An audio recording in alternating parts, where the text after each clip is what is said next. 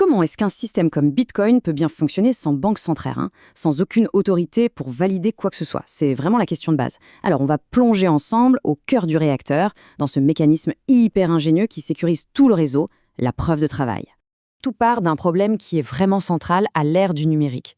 Voyez, à la différence d'une pièce de monnaie physique qu'on ne peut pas dupliquer comme ça, une information numérique, elle peut être copiée à la perfection, à l'infini. Et ça nous amène au fameux problème de la double dépense. Comment on fait pour empêcher quelqu'un de dépenser le même euro numérique 2 fois? Le défi que s'est lancé le créateur de Bitcoin, le mystérieux Satoshi Nakamoto, était donc colossal. Il fallait permettre des transactions directes, de personne à personne, sans avoir besoin d'un intermédiaire de confiance, genre une banque, pour les valider. En gros, il fallait remplacer la confiance par une preuve cryptographique. Rien que ça. Et la première partie de la solution, c'est une idée assez radicale. Un registre totalement public. Imaginez un grand livre de comptes complètement transparent et distribué que tout le monde peut aller consulter. Eh bien, ce livre, c'est ce qu'on appelle la blockchain. Et il contient l'historique de chaque transaction qui a eu lieu sur le réseau, depuis le tout début. Mais la vraie magie, elle est dans sa structure, dans la manière dont il est construit en chaîne. Les transactions, elles sont regroupées dans ce qu'on appelle des blocs. Et chaque nouveau bloc contient l'empreinte cryptographique, on dit le hash, du bloc juste avant lui. Ça crée une sorte de chaîne scellée, où si on essayait de modifier un maillon du passé, eh bien on briserait toute la chaîne qui le suit. Bon, tout ça c'est bien beau, mais ça nous amène à la question qui tue. Dans un réseau décentralisé où il n'y a pas de chef d'orchestre, qui a le droit d'ajouter le prochain bloc? Et surtout, comment est-ce que tout le monde se met d'accord sur une seule et unique version de l'histoire? La réponse, elle a un nom. C'est la preuve de travail, ou proof of work en anglais. En fait, c'est un mécanisme qui transforme l'ajout d'un bloc en une sorte de grande compétition, une course pour être le premier à résoudre un puzzle cryptographique hyper complexe. Le principe de base est assez simple à comprendre. Pour avoir le droit d'ajouter un bloc, il faut prouver qu'on a fourni un effort de calcul très, très coûteux. Et la clé de tout le système, c'est l'asymétrie. Trouver la solution du puzzle, c'est extrêmement difficile, ça demande beaucoup de travail, mais une fois qu'elle est trouvée, c'est super facile et rapide pour n'importe qui sur le réseau de vérifier qu'elle est correcte. Pour bien piger ce puzzle, il faut d'abord comprendre ce qu'est un hash.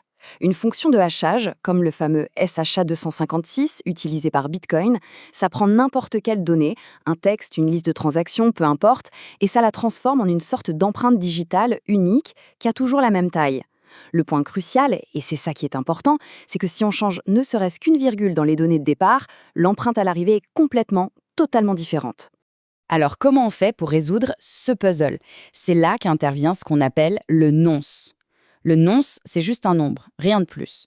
Les participants au réseau, qu'on appelle les mineurs, ils ne peuvent pas toucher aux transactions du bloc. La seule chose qu'ils ont le droit de modifier, c'est ce fameux nonce. C'est leur variable d'ajustement. Le processus de minage, en fait, c'est une sorte de loterie par force brute.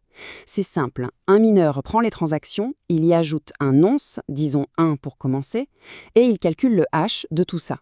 Le but du jeu, c'est d'obtenir un hash qui commence par un certain nombre de zéros.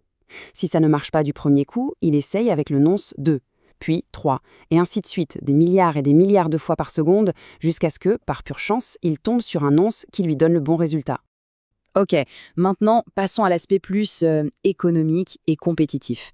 Parce que ce processus, ce n'est pas juste un exercice technique. Non, c'est une compétition mondiale absolument acharnée. Il faut s'imaginer que partout sur la planète, des ordinateurs surpuissants tournent à plein régime, 24 heures sur 24, et consomment énormément d'électricité pour faire tous ces calculs. Et ils sont tous en compétition les uns avec les autres pour être le tout premier à trouver la solution pour le prochain bloc. Mais pourquoi un tel effort? Eh bien parce que la récompense, elle est de taille. Le mineur qui trouve la solution en premier gagne le droit d'ajouter son bloc à la chaîne. Et en retour, il reçoit une récompense qui est composée de 2 choses. D'abord, des bitcoins tout neufs, créés à partir de rien pour l'occasion. Et ensuite, il empoche tous les frais payés par les utilisateurs dont les transactions sont dans ce bloc. Alors, il faut savoir que cette création de nouveaux bitcoins, elle est programmée pour diminuer avec le temps.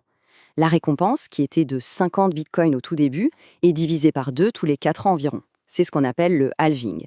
Et ce mécanisme, c'est ce qui garantit que l'offre totale de bitcoin sera limitée à 21 millions, qui seront tous créés aux alentours de l'an 2140. Et pour que la course reste juste, disons, le système s'adapte en permanence.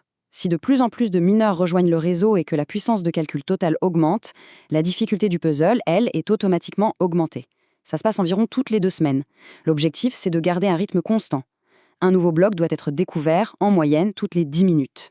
Allez, on arrive à la dernière pièce du puzzle du consensus. On sait maintenant comment un bloc est créé, mais comment est-ce que le réseau fait pour se mettre d'accord sur une seule et même chaîne, surtout s'il y a un conflit? C'est un cas de figure qui arrive bien sûr. 2 mineurs peuvent trouver une solution valide quasiment au même instant. À ce moment-là, ils diffusent leurs blocs respectifs et le réseau se retrouve pendant un court instant avec 2 versions concurrentes de la chaîne. On a ce qu'on appelle une fourche temporaire. La solution de Satoshi Nakamoto à ce problème est d'une simplicité assez remarquable.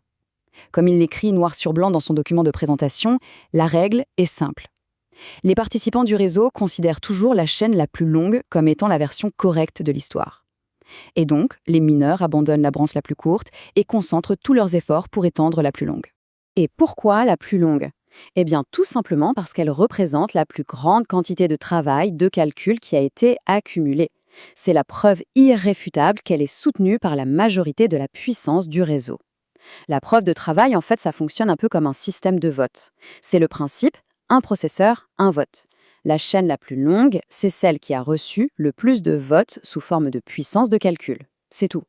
Tout ce système, la compétition, le chaînage, le consensus par la chaîne la plus longue, tout ça, ça aboutit à une chose, une sécurité incroyablement robuste. Voyez un peu comment. Imaginez que quelqu'un veuille modifier une transaction passée.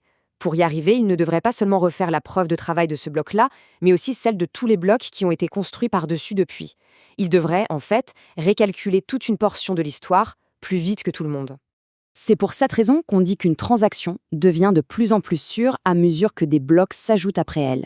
Dans la pratique, on considère qu'une transaction est vraiment permanente, irréversible, après l'ajout de 6 blocs supplémentaires. On appelle ça avoir 6 confirmations.